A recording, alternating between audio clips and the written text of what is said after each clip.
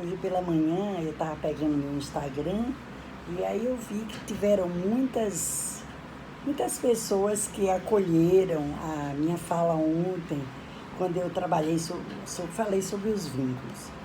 E então eu comecei a pensar o seguinte, que âncoras me trouxeram até esse momento? Não âncoras de tempestade, mas âncoras de amorosidade. Por que eu falei de vínculos, de ressignificação? E aí me veio muito claro uma questão. Eu sempre fui uma pessoa de muita fé. E essa minha fé, ela tem uma história, são os modelos internalizados. Aí eu volto a trazer Pichon. Então eu vim de uma família de muita fé. Meus pais, minha mãe católica, era uma pessoa que trazia todas aquelas crenças da Igreja Católica, era irmã de Maria, irmã do Coração de Jesus, usava o Bentinho do Carmo. Sempre foi uma pessoa que, do jeito dela, que ela aprendeu, de muita fé, de muito respeito pelo outro, né? E aí eu vou lá atrás e me lembro de coisas da minha infância, da minha adolescência, que permearam essa caminhada toda nutrida pela fé. Meu pai era cristão evangélico, minha mãe católica, mas meu pai deixou de praticar para viver com ela, para ser feliz. Então, a felicidade mora nas relações. Eu entendo isso. E eles eram muito felizes. Eles se davam muito bem. Claro que tinham suas rusgas de marido e mulher, mas nada que pudesse mexer. E eu tinha muita vontade, desde menina, de ter a minha casa, de ter a minha liberdade. E a gente depois descobre que liberdade não existe. Que a gente está sempre no nível de interdependência e algumas pessoas no nível de dependência. Quando eu falei no início, no nosso cumprimento de hoje, de modelos internalizados, de matrizes de aprendizagem, falei da fé que eu trago ao longo dessa temporada. Então, na hora que a gente tem aquelas crenças ou limitantes ou alavancadoras, a gente leva para a nossa vida. O que são modelos de aprendizagem ou matrizes? São justamente as coisas que a gente escuta, acredita e pratica como se fosse a verdade absoluta. Depois a gente vai caminhando e vai vendo essa flexibilidade que a gente tem que dar até as coisas que a gente acredita, porque nós temos as crenças limitantes, aquelas tipo assim, deixa o prego que o martelo chama, os ditos populares. Se você não se esforçar, não adianta que nada acontece.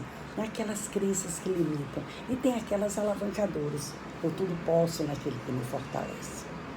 Se eu tiver persistência, eu chego aonde eu quero. Daí depois você vai caminhando, a vida nos mostra muitas possibilidades, né? Então a gente vai para a PNL, vê os pressupostos que nos mostram muita coisa importante. Se você continuar fazendo a mesma coisa da mesma maneira, por certo os resultados serão os mesmos. E a gente vai botando na balança e ponderando.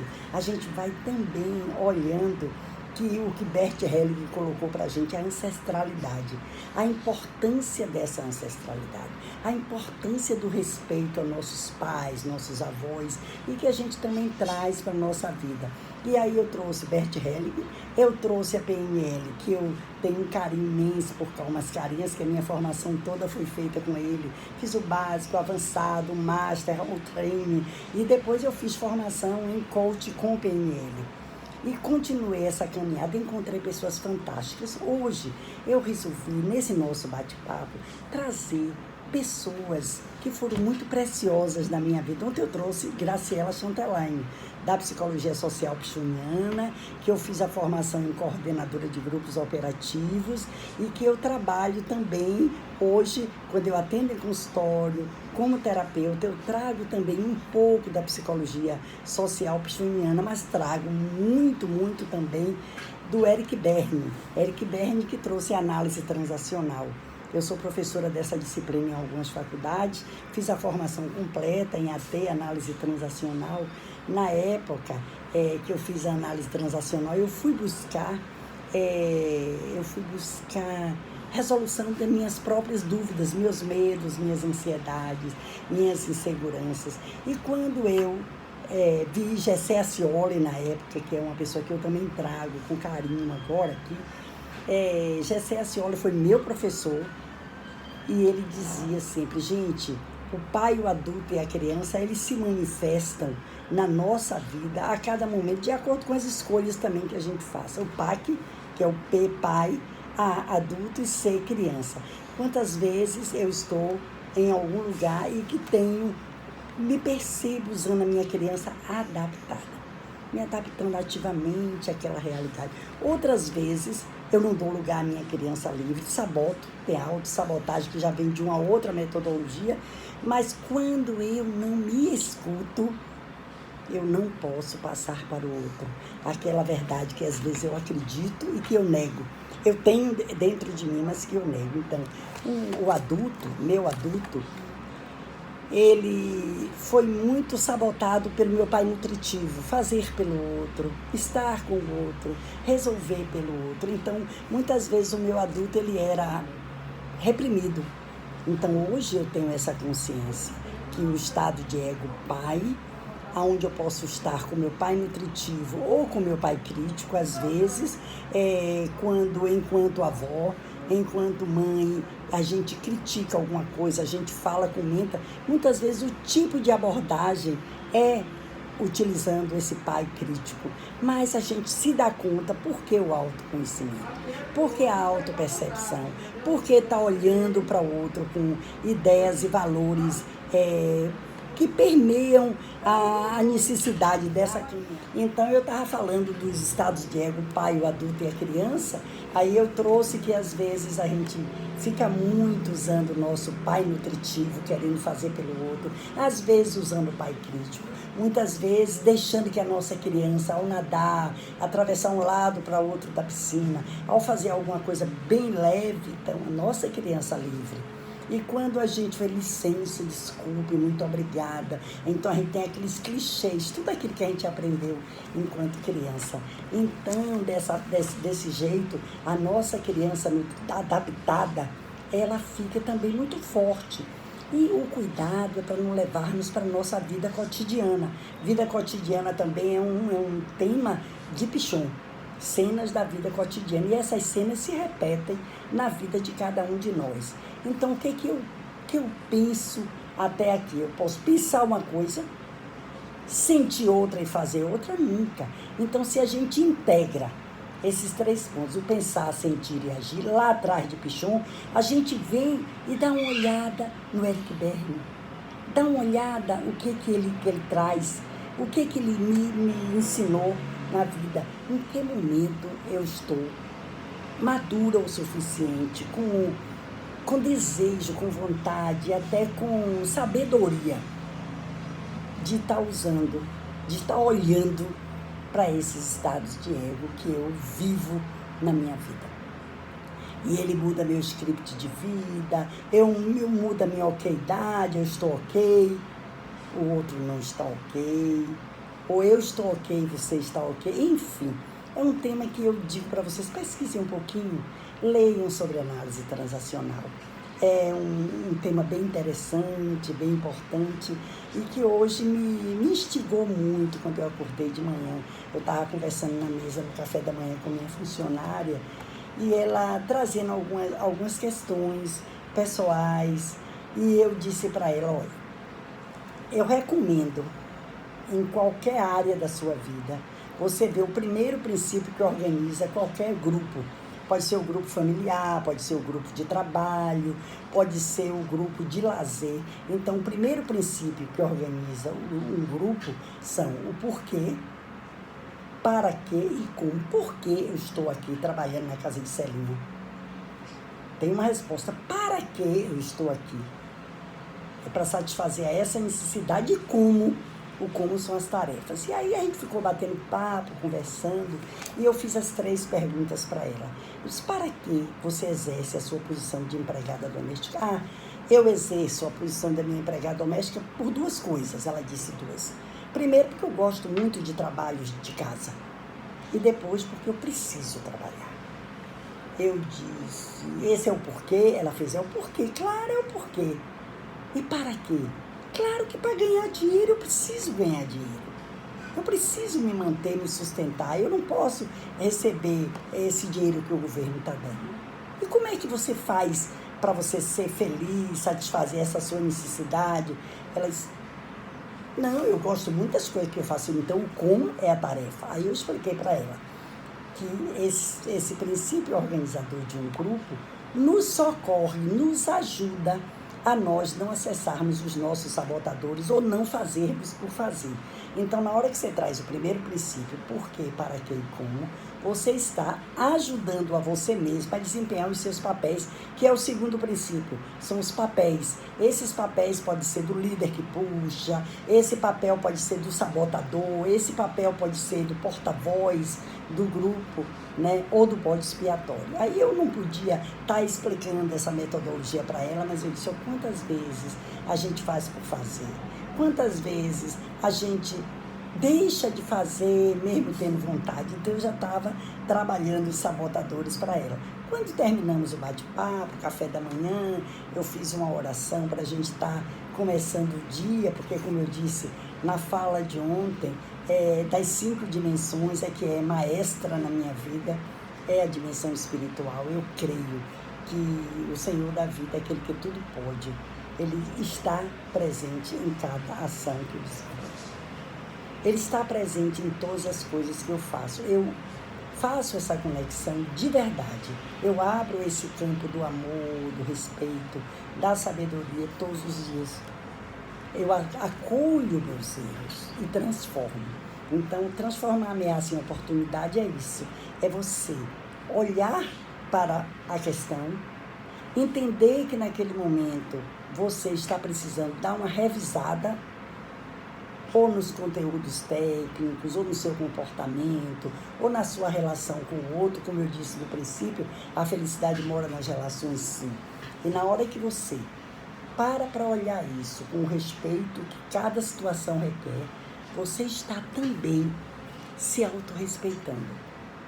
Você está olhando o outro com as ideias e os valores, não das suas ideias e valores, mas com o que aquela situação requer. Então, o que eu estava falando? Eu trouxe Pichon, eu trouxe Eric Berne, eu trouxe a programação neurolinguística e, para finalizar o nosso bate-papo de hoje, eu quero estar trouxe Bert Helling também, não é? Porque Bert Helling, só voltando um pouquinho, recuando, ele traz a nossa ancestralidade, respeito pelos nossos avós, pelos nossos pais, e ele traz as ordens de ajuda. Quantas vezes nós queremos fazer pelo outro? Mãe, então, é catedrática nisso. Resolver o problema do outro, fazer pelo outro. E nesse momento você está descumprindo uma ordem de ajuda. Descumprindo. Então você não ajuda o outro fazendo por ele. Você ajuda ele dando possibilidade dele expandir, dele crescer. É como aquela lei do causa e efeito, a lei do retorno, né? Então, se você dá muito, o outro fica submisso a você. E se você equipara o dar e receber, que é uma ordem de ajuda, você tem que dar e receber de uma forma tão equilibrada que o outro não se sinta humilhado, não se sinta dependente, porque geralmente ele foge, ele sai, ele na hora que ele é muito usado, eu diria assim, muito paparicado, porque ele perde a força dele, perde o ânimo dele, e você começa a fazer por ele. Ele tem essa necessidade interna de se desenvolver, de caminhar com seus próprios pés, de descobrir essas formas de estar na vida que às vezes são cruéis, dolorosas. Quantos jovens quebram a cara? Mas se a gente tem uma história de educá-los, de refletir, de avançar, depois de recuar e deixar que ele tome o lugar dele, então a gente volta a conversar sobre essas ordens de ajuda, sobre Bert Helling. Eu quebrei muita cara. Muitos momentos eu tive que estudar, que aprender. E é por isso que na minha fala final de hoje, do nosso bate-papo, que eu estou fazendo essas gotinhas de sabedoria, de tanto que eu aprendi, eu não tenho direito de guardar só para mim. Eu trago Leda Regis. Leda Regis, que foi uma mestra que eu fiz para ela um poema. Minha mestra, minha amiga, mora no meu coração. Foi ela, um anjo bom que um dia, vendo que eu nada sabia, me conduziu pela mão. Mestre, ensinou-me a pensar. Gente, é muito lindo esse poema, me emociona e não quero chorar. Mas foi Leda que na hora eu tive um câncer de mama há 23 anos atrás. E eu fiquei com algumas mágoas, algumas dores, que já vinham por conta da minha história. Eu tive muitas ajudas psicológicas, emocionais, espirituais. Eu tive muita terapia, mas foi encontrando com Leda, na época do grupo multireferencial. Antes eu já tinha feito umas sessões de terapia com ela, quando eu pude conhecer essa metodologia do grupo multireferencial. E pude conhecer um pouco cada um desses autores do comportamento humano que eu tenho trazido para vocês através do Multi. O Multi me mostrou a psicologia social junguiana, eu fui lá e fiz a formação toda. O Multi me mostrou um pouco da PNL, o Multi me mostrou um pouco da terapia organizacional. Eu também fiz a formação de TO, foram 4 anos de terapia organizacional com Vilma Chiorlin. Então, Leda foi um ego auxiliar fantástico, foi uma pessoa que me ajudou, minha terapeuta, minha coach. Depois, quando eu fiz a formação de coach sistêmico, eu fiz também como seguidora dela, influenciada por ela, porque eu considero Leda uma das grandes coaches que nós temos aqui em Salvador. Depois ela me levou para a ICF, me indicou, eu conheci o Célebre Bob, que lá no ICF era, na época, o presidente do ICF, hoje é Meire Santana. E eu tenho essa história, eu tenho uma história bonita, gostosa de viver, boa de caminhar. Então é muita gratidão no meu coração. É gratidão por Leda, gratidão por Cal, gratidão por Graciela Chanteline, gratidão por Vilma Chiorlin, gratidão pelos meus colegas que estiveram comigo nessa jornada, nessa caminhada. E agora uma gratidão especial, que é como eu finalizo esse trabalho, é a guiança.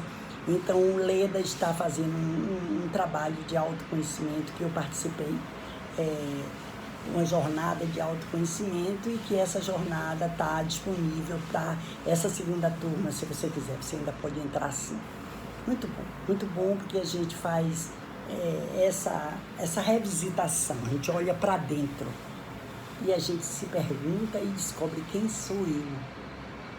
E eu respondi para mim que eu sou uma pessoa que estou em desenvolvimento a cada dia.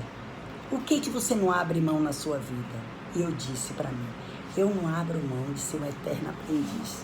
Eu não abro mão de estar aqui com pessoas queridas como vocês, que estão do outro lado da telinha, me escutando, né? Então, a minha alegria é estar em sala de aula com o professor universitário, é estar com o pessoal do COFIG, do NUDEC, é estar na Receita Federal fazendo palestras, é estar em outras empresas que eu agora, graças a Deus, Papai do Céu me disse assim, Célia Urpia, você tem muita coisa para dar, então não pega essa pandemia e deixa para lá, não acolha. Fique em casa sim, mas você acesse o Zoom, e faça trabalhos remotos. E como ele me autorizou, eu estou acolhendo, além de atender também coach pelo Zoom, alguns clientes de coach eu estou atendendo, eu estou fazendo esse momento que o Papai do Céu me permitiu, aulas remotas para vários grupos. Então, gente, bom dia, de coração, bom dia. Amanhã eu volto, viu? Mais ou menos nessa hora, que é quando eu estou me preparando para fazer o passo a passo dos meus trabalhos, para montar minhas palestras, para escrever um pouquinho do que eu preciso, para estudar, para ouvir as lives, para aprender. E, claro, a lei da repetição. O indivíduo tem de aprender e repetir as reações satisfatórias. E não aprender e não repetir as não satisfatórias. Então, depois de 70 anos, tudo que eu quero é muita paz, muito amor. Que Jesus vive verdadeiro na minha vida. Obrigada, meus amores.